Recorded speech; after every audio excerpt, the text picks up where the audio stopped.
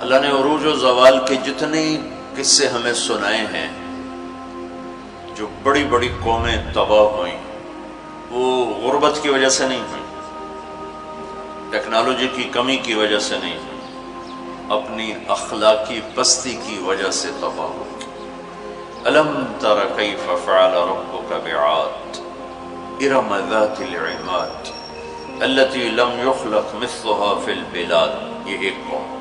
وَثَمُودَ الَّذِينَ جَابُوا الصَّخْرَ بِالْوَادِ، یہ ایک دوسری قوم۔ وَفِرْعَوْنَ ذِي الْأَوْتَادِ، یہ ایک تیسری قوم۔ اللہ تعالیٰ کہہ رہے ذرا دھیان سے میری بات بھی سنو اور غور بھی کرو کہ تمہارے رب نے قوم عاد کے ساتھ کیا کیا، جن جیسا تیرے اللہ نے بنایا ہی نہیں تھا۔ وہ دنیا میں اتنا طاقتور انسان اللہ نے نہیں پیدا کیا، جن کی اوسط، ہماری اوسط عمر 40 ہے، ان کی اوسط عمر تھی 300 سال، 300 سال، 600-500 سال وہ زندہ رہتے تھے، بوڑھے نہیں ہوتے تھے، بیمار نہیں ہوتے تھے، بال نہیں سفید ہوتے، یوں درخت کو پکڑ کے اکھاڑ دیتے تھے، ہاتھ سے پکڑ کے اکھاڑ دیتے تھے، اتنی طاقت اللہ تعالیٰ نے ان کو عطا فرمائی۔ اللہ تعالیٰ فرماتے ہیں یہ کیوں ہلاک ہو گئے؟ سخر علیہم 7 لیال و8 ایام حسوما فترى القوم فيها صرعا كأنهم أعجاز نخل خاوية فهل ترى لهم من باقية۔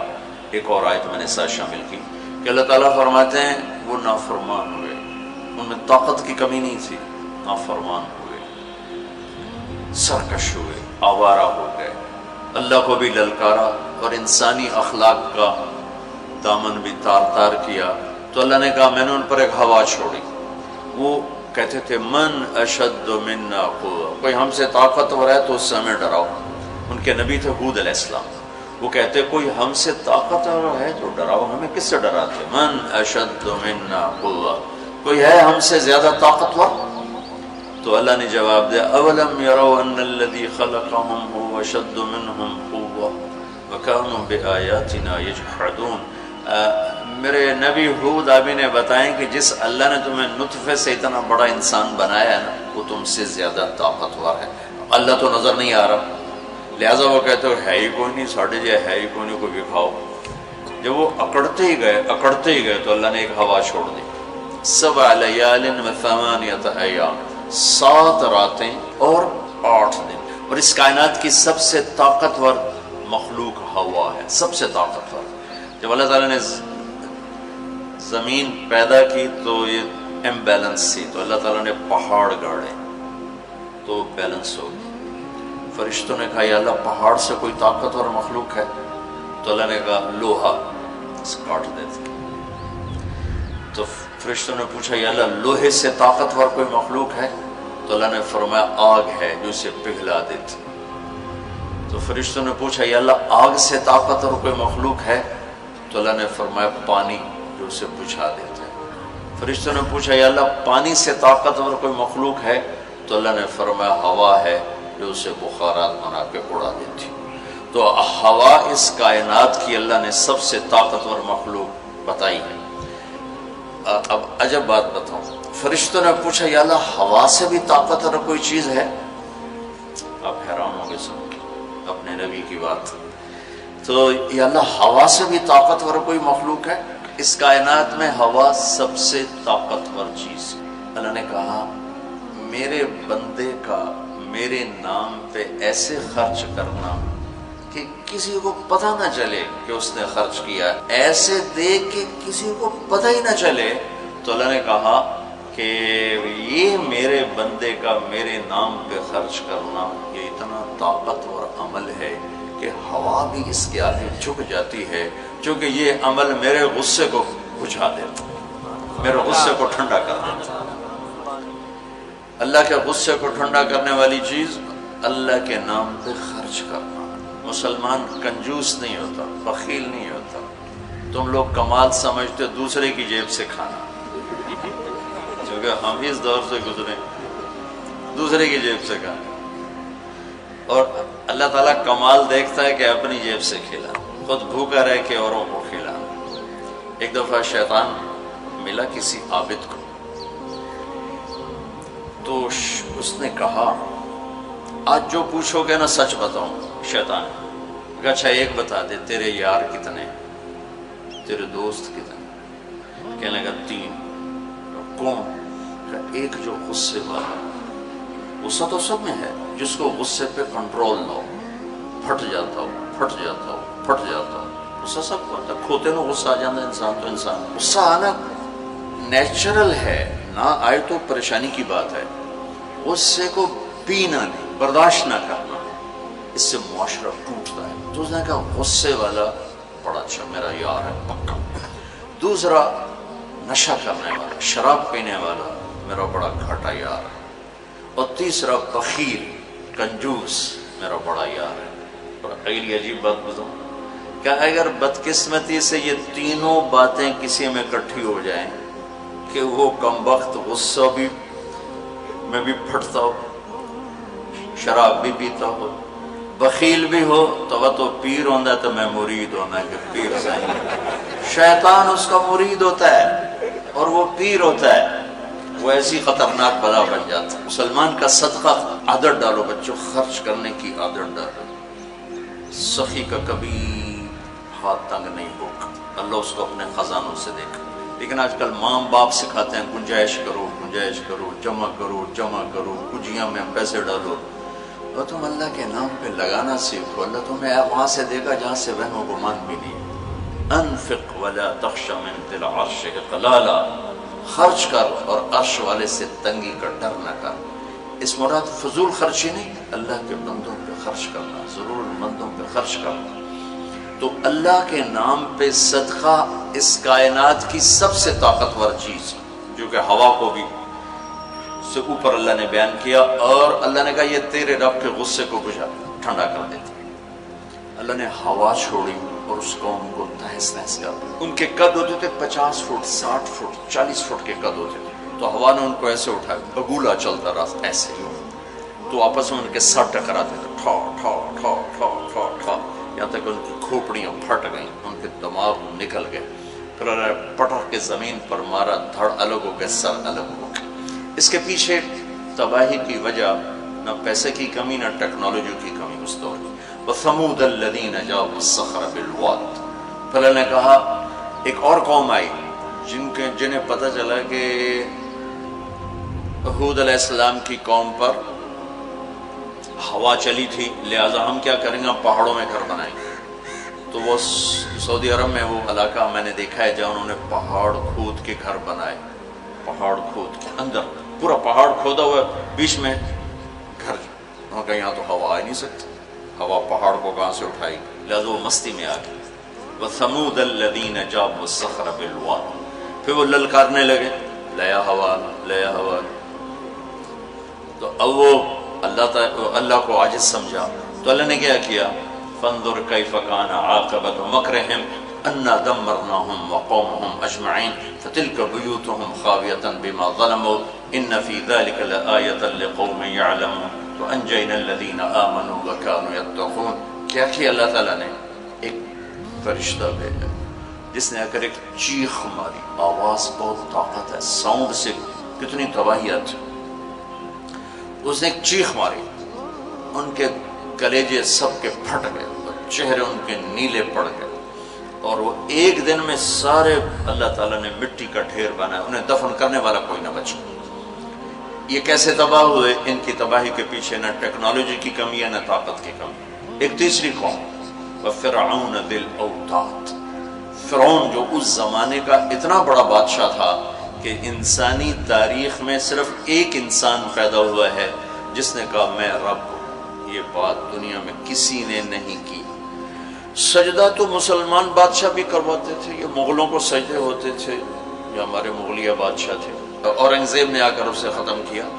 تو سجدے تو مسلمان بادشاہوں کو بھی ہوتے رہے اور کافروں کو بھی ہوتے رہے, لیکن میں ہی رب ہوں یہ بات ایک انسان نے کی, وہ ہے فرعون. فَقُلْ هَلْ لَكَ إِلَىٰ أَن تَزَكَّىٰ وَأَهْدِيَكَ إِلَىٰ رَبِّكَ فَتَخْشَىٰ فَأَرَاهُ الْآيَةَ الْكُبْرَىٰ فَكَذَّبَ وَعَصَىٰ ثُمَّ أَدْبَرَ يَسْعَىٰ فَحَشَرَ فَنَادَىٰ فَقَالَ أَنَا رَبُّكُمُ الْأَعْلَىٰ. اللہ اکبر. کہنے لگا میں سب سے بڑا رب ہوں, یہ صرف ایک انسان کا دعویٰ ہے۔ کتنی اللہ نے اس کو طاقت بخشی ہے، بچے ذبح ہو رہے ہیں، کوئی اف نہیں کر سکتا، اف نہیں کر سکتا، کوئی جلوس نہیں نکال سکتا۔ بچہ پیدا ہوتا ہے ذبح کیا جا رہا، پیدا ہوتا ہے ذبح، بچیاں چھوڑی جا رہی، بچے ذبح کیا، نقتل ابناءهم ونستحيي نساءهم وإنا فوقهم قاهرون، سارا قرآن سے آپ کو بتا رہا ہوں۔ تو وہ اس زمانے کی سب سے بڑی ٹیکنالوجی، سب سے بڑی طاقت، یہاں کیا زوال ہے؟ اخلاقی پستی۔ سمود میں کیا زوال ہے؟ اخلاقی پستی۔ عاد میں کیا زوال ہے؟ اخلاقی پستی۔ کسی قوم کا سب سے بڑا سرمایہ اس کے اخلاق ہوتے ہیں۔ ٹیکنالوجی ثانوی چیز ہے، سونے چاندی کی کانیں، تیل کے خزانے، یہ دوسرے نمبر کی چیز ہے۔ سب سے پہلا سرمایہ وہ آپ میری جو نسل ہو، وہ آپ کے عالی اخلاق، آپ کا اچھا کردار، آپ کی حیا والی زندگی، آپ کی کردار والی زندگی، یہ میرے ملک کا سب سے بڑا سرمایہ ہے۔ اگر میری نسل کے اخلاق بگڑ گئے، حیا کی چادر تار تار ہو گئی اور ناچ گانا زندگی میں داخل ہو گیا اور وہ ثقافت بن گئی، تہذیب بن گئی، تو اس قوم کے ہلاک ہونے کو کوئی نہیں بچا سکتا کہ آسمان والے کا فیصلہ اترتا ہے۔ جب آسمان والا فیصلہ کرتا ہے تو زمین کی ٹیکنالوجی اسے بچا نہیں سکتی۔ فرعون نے بھی کہا، قوموں نے فاتنا بما تعدنا ان کنت من الصادقین، نوح علیہ السلام کی قوم نے کہا نوح علیہ السلام سے، لاؤ کدھر ہے تیرے رب کا عذاب، فاتنا لے کے آؤ، کدھر ہے تیرے رب کا عذاب، انما یاتیکم بہ اللہ ان شاء وما انتم بمعجزین، اللہ جب لائے گا تو پھر تم کچھ کر نہیں سکو گے۔ ایک تندور سے پانی نکالا اور ساری نسل کو اللہ نے پانی میں بہا دیا، ساری نسل۔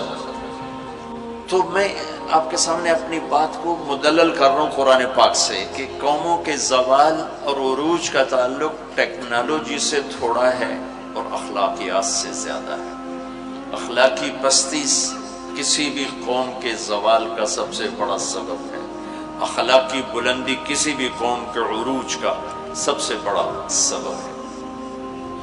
فرعون نے بچے ذبح کیے، بچیوں کو چھوڑا، عبرت کا نشان بنا دیا لوگ۔ سولی سب سے پہلے اس نے ایجاد کی، اور پھر میرے رب نے فَأَخَذْنَاهُ وَجُنُودَهُ فَنَبَذْنَاهُمْ فِي الْيَمِّ، آگے سمندر، پیچھے فرعون، بیچ میں موسیٰ علیہ السلام کی قوم، تو کہنے لگے مروا دیا موسیٰ، مروا دیا، تو آگے سمندر پیچھے فرعون، اگے جاؤ تو پانی پچھو تو فرعون دا سوٹا ان کی دے جا گیا۔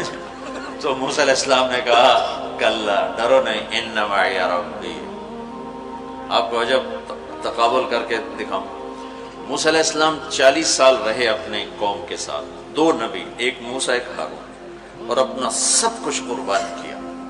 جب آگے سمندر دیکھا، پیچھے فرعون دیکھا، تو انہیں نہ موسیٰ یاد رہے نہ ہارون یاد رہے، انہیں اپنے پڑ گئے، انا لمدرکون، موسیٰ مروا دیتا ہی سن، یا آپ ہمارے رسول ہیں، آپ ہمارے نبی، آپ کا کیا بنے گا، کوئی فکر نہیں، ہارون کا کیا، سانو اپنی پہ گئے، ان مروا دیا تو انہیں موسیٰ، تو انہوں نے کہا کلا ان معی ربی سیہدین، ہرگز نہیں، میرا اللہ میرے ساتھ ہے، مجھے راستہ دکھائے گا۔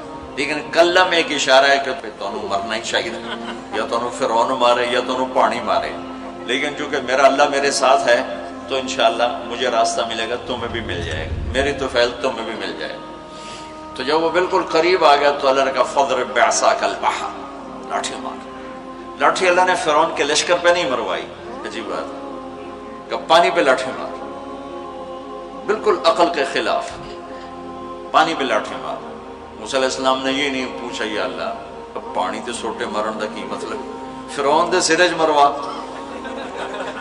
کہا نہیں ادھر مار، فانفلق البحر فکان کل فرق کالطود العظیم، میرے رب کی قدرت، ایک دم اس لاٹھی سے ٹھوٹے مارتا سمندر 12 راستوں میں تبدیل ہو گیا، اور سارا پانی ایسے سیمنٹ کی دیوار بن کے کھڑا ہو، ایسے کوئی جنبش نہیں، اور 12 قبیلے تھے، 12، تو ہر قبیلہ ایک راستے پہ پانی میں انٹر ہو گیا، بڑی بڑی دیواریں۔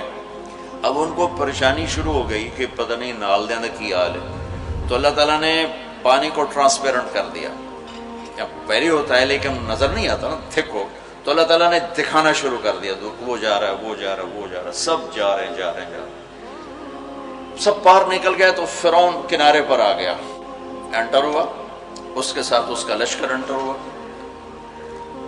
تو اللہ نے پانی کو حکم دیا تو پانی دوبارہ حرکت میں آیا اور سارا لشکر اس کے اندر ڈوبا، غرق ہوا۔ کہنے لگے ہمیں اعتبار نہیں، دکھاؤ واقعی مر گیا ہے۔ پانی کی موج نے اٹھایا اور باہر پھینک دیا۔ موت کو دیکھ کے نبی بھول گیا 40 سال جنہوں نے محنت کی۔ دیکھو ہمارے نبی ہجرت کے لیے گھر سے نکلے، جمعہ کی رات 27 صفر، نبوت کا 14واں سال اور جمعہ کی رات تھی۔ تو ابو بکر رضی اللہ تعالیٰ عنہ نے عرض کی، یا رسول اللہ میں نے ایک غار ڈھونڈا ہوا ہے، وہاں چل کے چھپتے ہیں، پھر جب ہماری طلب کوئی مدھم ہو جائے گی پھر ہم نکلیں گے۔ چلو اب کبھی آگے چلیں کبھی پیچھے، کبھی ہمارے نبی کے آگے ہوں کبھی پیچھے ہوں، کبھی آگے ہوں کبھی پیچھے ہوں۔ تو آپ نے فرمایا کہ ابو بکر یہ کیا کرو، کبھی آگے کبھی پیچھے، کبھی آگے کبھی پیچھے۔ تو کہنے لگے یا رسول اللہ اخاف الرصد فامشی امامک اخاف الطلب فامشی خلفک۔ یا رسول اللہ جب مجھے یہ خیال آتا ہے کہ آگے کوئی دشمن چھپا ہوا وار نہ کر دے تو میں آگے چلتا ہوں کہ وار میرے اوپر پڑے آپ پہ نہ پڑے، اور جب مجھے خیال آتا ہے کہ پیچھے سے آ کے حملہ نہ کر دے تو میں بھاگ کے پیچھے ہو جاتا ہوں کہ اگر کوئی وار کرے تو میرے اوپر آئے آپ پر نہ آئے۔ انا لمدرکون، ابو بکر کا عمل اور بنی اسرائیل کا عمل آپ فرق دیکھ رہے ہو۔ اگلے دن اچھا ہمارے نبی پنجوں پہ چل رہے تھے، پنجوں پہ، پورا پاؤں نہیں کہ اس زمانے میں کھوجی، جب تک کچی سڑکیں تھی یہ علم تھا، خود ہمارے گاؤں میں کھوجی تھے، کچی سڑکوں پہ پاؤں کے نشان پر چلتے چلتے سینکڑوں میل چلے جاتے تھے۔ ہمارے دادا کے اونٹ چوری ہوئے ڈیرہ غازی خان، چوری ہونا کوئی بڑی بات نہیں تھی، بےزتی سمجھی جاتی تھی اس زمانے میں، فلانے سردار دی چوری ہو گئی، تو وہ کھوجی کو لے کر چلے میاں چنو کے پاس ہمارا گاؤں ہے، وہاں سے چلتے چلتے دیرہ غازی خان سے چوٹی پہنچے، پاؤں کا نشان دیکھتے دیکھتے، اور وہاں سے اپنے اونٹ لے کر واپس آئے۔ تو میرے نبی پنجوں پر چل رہے تھے کہ قدم کا نشان نہ پڑے، لہذا جب آپ پہاڑ کے قریب پہنچے، یوں سیدھا پہاڑ ہے بالکل قارس اور ایسے، جب آپ چڑھنے لگے تو انگلیاں اتنی درد کرنے لگیں کہ آپ سے چڑھا نہیں گیا۔ تو ابو بکر رضی اللہ تعالیٰ عنہ نے آپ کو کمر پہ بٹھایا اور کمر پہ بٹھا کے اس پہاڑ کو اوپر لے کر کے، کبھی اللہ آپ کو لے جائے تو آپ دیکھنا کتنا وہ اوکھا پہاڑ ہے جس پر ابو بکر اوپر لے کر گئے۔ پھر آپ کو باہر بٹھایا، کہا آپ باہر بیٹھیں، خود اندر تشریف لے گئے۔ اندھیرا تھا تو ٹٹول کے سوراخ بند کرنے شروع کیے، روڑے پتھر اس سے۔ اب سوراخ باقی تھے اور روڑے ختم ہو گئے، تو اپنی پگڑی اتاری اور اس کو پھاڑ کے سوراخ بند کیے۔ پھر بھی سوراخ باقی تھے تو کرتا اتارا اور اس کو پھاڑ کے سوراخ بند کیے۔ پھر ایک سوراخ باقی رہ گیا، وہ جس میں سانپ تھا، اس کے اوپر اپنی ایڑی کو رکھ دیا۔ پھر عرض کی یا رسول اللہ آپ تشریف لائیں۔ آپ کو اندھیرے میں پتہ نہیں چلا کہ ابو بکر کے نہ پگڑی ہے اور نہ کرتا ہے۔ جب تھوڑی روشنی ہوئی، صبح صادق ہوئی، روشنی ہوئی تو دیکھا ابو بکر کے نہ کرتا نہ پگڑی۔ تو آپ نے کہا ابو بکر تیرا کرتا تیری پگڑی؟ کہ یا رسول اللہ آپ یہ دیکھ رہے ہیں یہ سارے سوراخ تھے، مجھے خیال ہوا کوئی چیز آپ کو تکلیف نہ پہنچائے تو میں نے یہ سارے بند کر دیے۔ تو اس پر ایک دم میرے نبی کی آنکھیں بھر آئیں اور اب بے ساختہ روئے اور ہاتھ اٹھا کر رکھا، یا اللہ میں ابو بکر سے راضی ہوں، تو بھی اس سے راضی ہو جا اور اسے جنت میں میرا ساتھی بنا دے۔ تو فوراً جبریل آئے اور عرض کی یا رسول اللہ تعالیٰ فرما رہے ہیں کہ ہم ابو بکر سے راضی ہیں، وہ جنت میں آپ کا ساتھی بنانے کی بشارت دیتے ہیں۔ بنو اسرائیل کہہ رہے ہیں مروا دیا، اور ابو بکر کیا کر رہے ہیں میں آپ کو تقابل کر کے بتا۔ پھر اگلے دن قریش کا کھوجی صرف انگلیوں کو پہچانتا غار سور کی طرف چل پڑا۔ جب وہ چلے تو میرے رب کا غیبی نظام حرکت میں آیا۔ اللہ نے ایک بیل اگائی، وہ کافی کھلی جگہ ہے، بیل اگائی، بیل، اس کے شاخوں کے اندر اللہ نے مکڑیوں کو حکم دیا، انہوں نے جالا بنا دیا، ایک کبوتری نے آ کے انڈے دے دیے۔ کھوجی ٹھیک دروازے پہ لے کے آ گیا، کا پاؤں کا نشان یہاں تک۔ تو اب ابو بکر کے دل پہ کیا گزر رہی تھی؟ وہ وہ قرآن بتاتا ہے۔ بنو اسرائیل کے دل پہ کیا گزری، قرآن نے کہا، انہیں اپنی پڑ گئی، اپنے نبی کی بھول گئی۔ لیکن جب یہاں دشمن سر پہ پہنچا ہے تو ابو بکر کے دل پر کیا گزری اس کو قرآن بتاتا ہے، اذ یقول لصاحبہ لا تحزن ان اللہ معنا، جب ہمارے نبی نے اپنے ساتھی ابو بکر سے کہا غم نہ کر اللہ ہمارے ساتھ ہے، غم نہ کر اللہ ہمارے ساتھ ہے۔ یہ غم کا لفظ ہے، خوف کا لفظ نہیں، کہ ڈر نہیں، اللہ ہمارے ساتھ ہے۔ اگر قرآن کہتا لا تخف، ڈرو نہیں، اللہ ہمارے ساتھ ہے، تو ڈرو نہیں کا لفظ بتلاتا کہ ابو بکر کو اپنی پڑ گئی، یا لوگوں میرا کی بڑھنا ہے۔ قرآن کہتا ہے غم نہ کر، ابو بکر کو اپنی ذات بھول گئی، اپنے نبی کا غم لگ گیا کہ یا اللہ میرے نبی کا کیا بنے گا، یا اللہ میرے نبی کا کیا بنے گا۔ تو اللہ تعالیٰ نے فرمایا، اس ابو بکر کے سینے کو سامنے رکھ کر کہ اپنے حبیب کی زبان سے کہلوایا غم نہ کر اللہ ہمارے ساتھ ہے، اللہ ہمارے ساتھ ہے۔ پھر دونوں امتوں کا فرق بتانے لگا۔ بنو اسرائیل نے سمندر پار کیا، فرعون کو غرق ہوتے دیکھا، اور ایک نبی آگے ایک پیچھے، دو رسولوں کے درمیان جا رہے ہیں، اور آگے ایک بستی میں دیکھا فمروا علی قوم یعکفون علی اصنام لہم، وہ ایک بتوں کی پوجا کر رہے تھے۔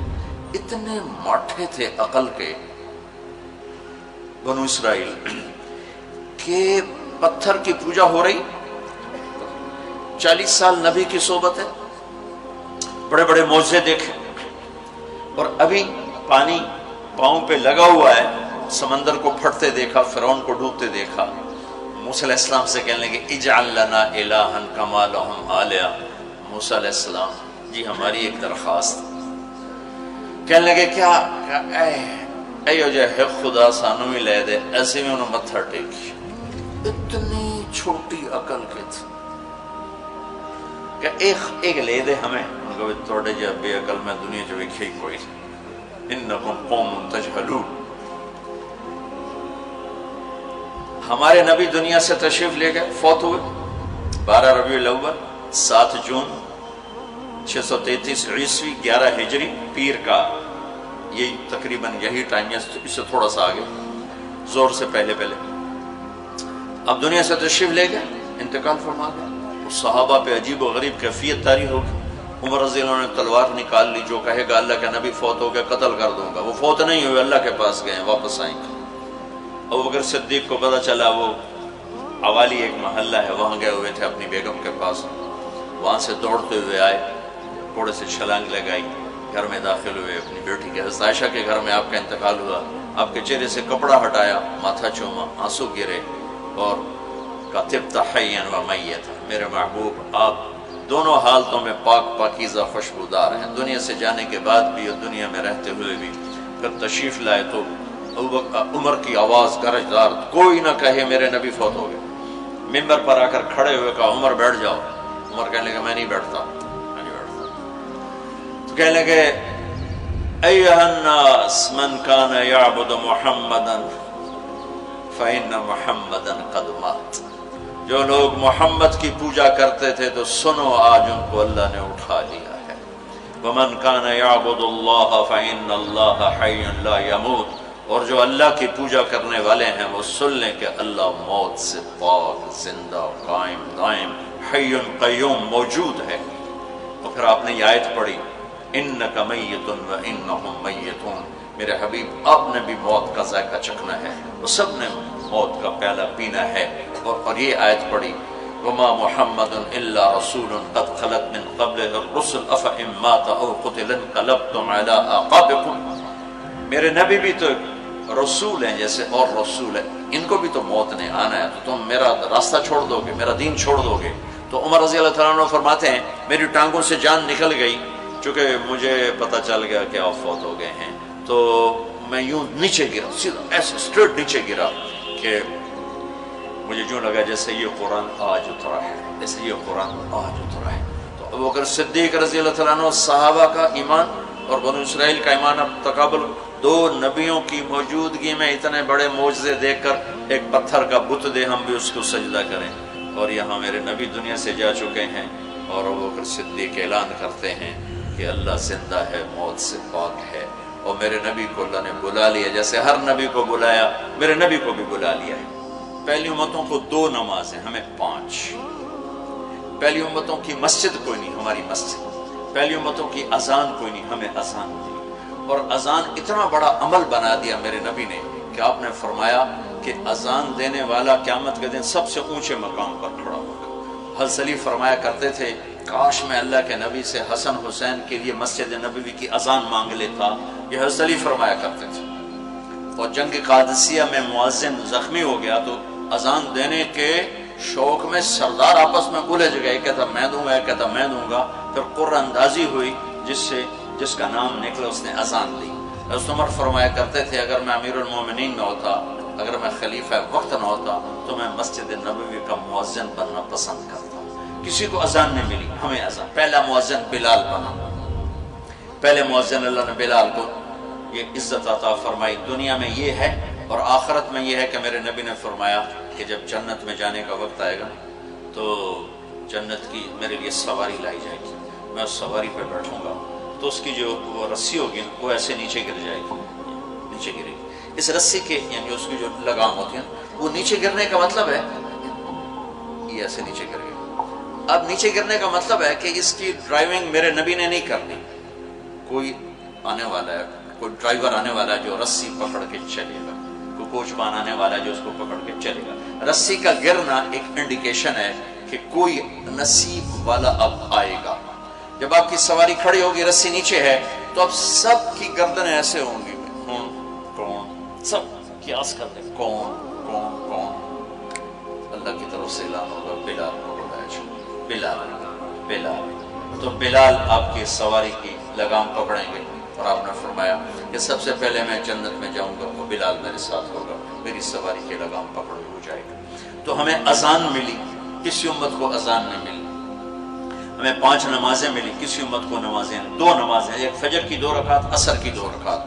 باجماعت نہیں، ان کو اپنی کتاب یاد نہیں، ہمیں قرآن یاد ہے۔ میرے مدرسے میں ایک بچہ اب ماشاءاللہ امریکہ میں وہ پڑھا رہا ہے، اس نے 30 دن میں قرآن یاد کیا۔